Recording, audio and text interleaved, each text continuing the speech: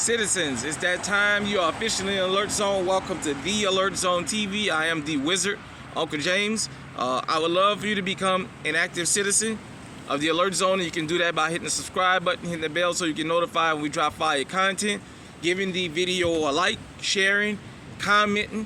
If you are 18 years of age or older and are able to be legally owned, practice your practice your Constitution rights. It is not illegal. So it is fucking cold out here today, people. Got the Smith & Wesson SD VE chambered in 9mm. It is clear. And I wanted to talk to new firearm owners about some of the responsibilities of owning a firearm and some of the things that I notice a lot of new people that's new to firearms make. And I just kind of wanted to address that, especially because I saw something on YouTube that kind of scared me. So, because it's cold today, it was snowing earlier. The snow has let up. Some places it got hit a little bit harder than others. I traveled outside of town today and it got hit pretty good going over towards Ames, back roads. But it's cold and it's a perfect time for me to do this particular video about your hands. Now, for those of you who don't know, it gets real cold here in Iowa. I'm talking like sometime minus 40, minus 50 for 3, 4, 5 days in a row. It'd be actually that cold. I'm not exaggerating.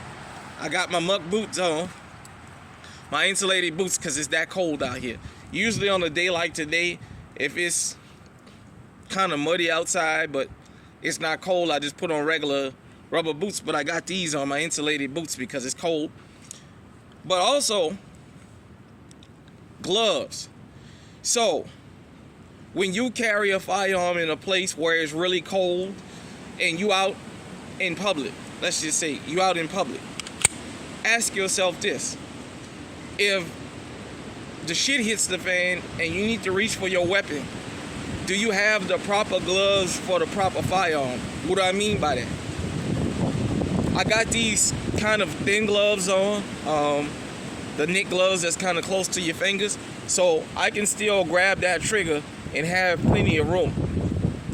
But my tactical gloves are like my Arctic type gloves. It's really, really cold out. You need to make sure you got plenty of space to get your finger on the trigger, or what good does that do? Because you may not be able to pull your gloves off and go for your weapon. You may have to pull your weapon and go for it. So if you got gloves where you can't get your fingers in there, and believe me, sometimes when you wear the regular bulky gloves, sometimes your fingers may not fit all the way to the end. So in the heat of the moment, in your mind you think it's not going to be a problem, but have you really practiced that? So have you really practiced having gloves and grabbing the particular firearm you're going to carry that day? Or if you only have one firearm, is it universal? Can the trigger guard be changed where you can get into that if you need to? That is something to think about. Like I said, I'm from Louisiana, New Orleans in particular, especially. And the reason I talk about this kind of stuff is I moved to Iowa and it was a culture change for me. I had to take all these things into consideration when I got here, and I had to learn that through time, which is why I'm giving you guys that tutorial today.